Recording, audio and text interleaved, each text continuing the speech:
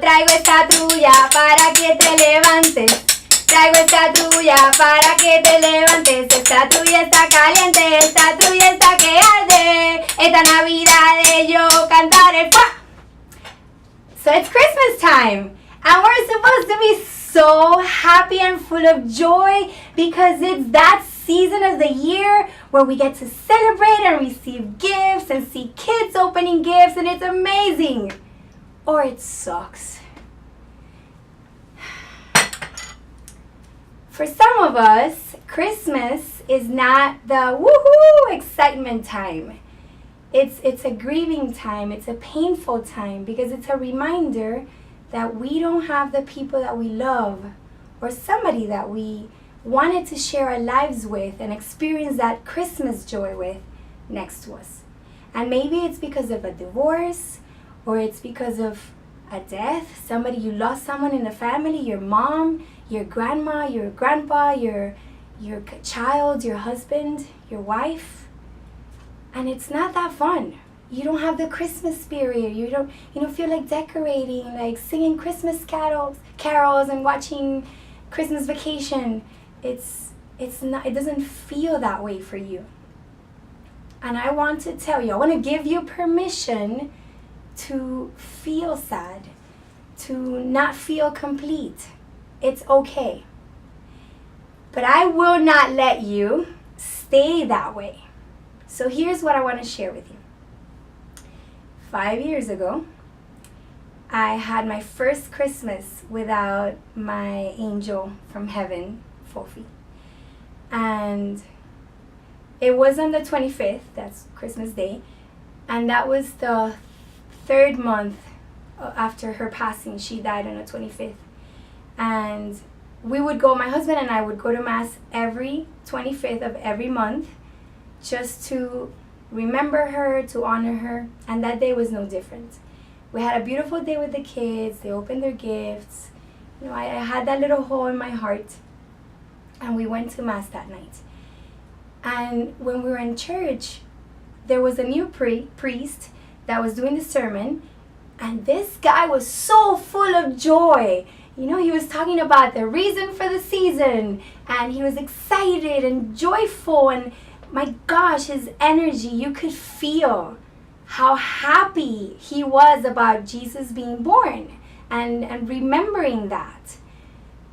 And in tears with my husband, 3 months after losing our daughter, I remember being like, gosh, I want to feel that way.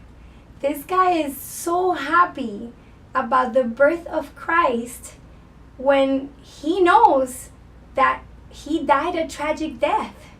So how is it that he's not super sad, thinking like, a day like today, Jesus was born, and it's a shame because he died such a tragic death later, and his mom had to suffer so much, and the people around him had to suffer so much because it wasn't easy to keep his message alive. And I'm like, instead, he's just so happy that the guy was born. And I wanted that. I wanted to be happy again.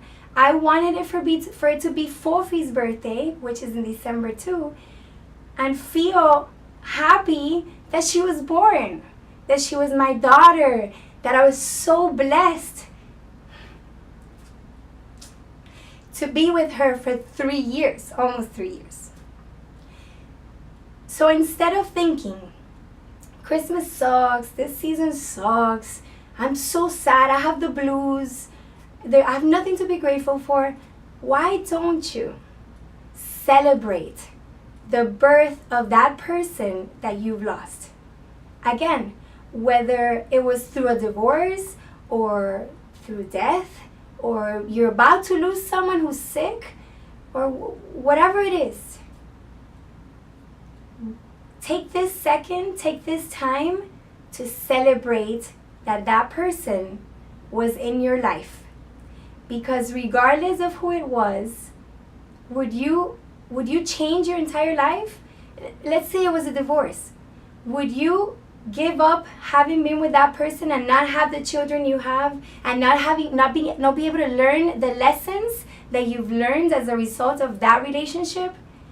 Would you have preferred to not have your mom or your grandma or your child or your sibling or your husband, your wife, because it's so painful what you're experiencing right now? If there's something that I had clarity with, is that I would never give up being the mom of my daughter, La Fofi, because of, just because I didn't want to deal with the excruciating pain that came with it. I love being her mom. And I love that God chose me to be the mom of an angel. It's amazing. I get hookups all the time. I want something, I go to her, I'm like, listen, go talk to that guy over there and hook me up. And she's so cute that he can't say no to her, so I get whatever I want. But I didn't feel this way 5 years ago. 5 years ago, I was just like you. And what I want to do is tell you, it's okay that you have the blues. It's okay that you're reminiscing and remembering what you did with your family member, your loved one, during the Christmas time that you don't get to do now. But I also have to tell you that it's not okay to stay there. Get your moment, have your pity party is what I call it, and I have mine every so often. Have your pity party, feel bad for yourself, miss her, miss him, feel sad, have the blues, be in a bed for a little while, and then get up. Get up and celebrate the life of that person.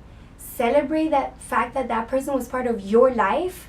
Celebrate the blessings that came from having him or her, and the blessings that came as a result of losing him or her. Celebrate that. And while you're sprinkling the cookies for Santa Claus, sprinkle a little hope in your life, because what you're feeling now is going to be amazing one day. It's going to serve as a frame of reference to remind you what pain feels like and what you will not be experiencing anymore. Merry Christmas.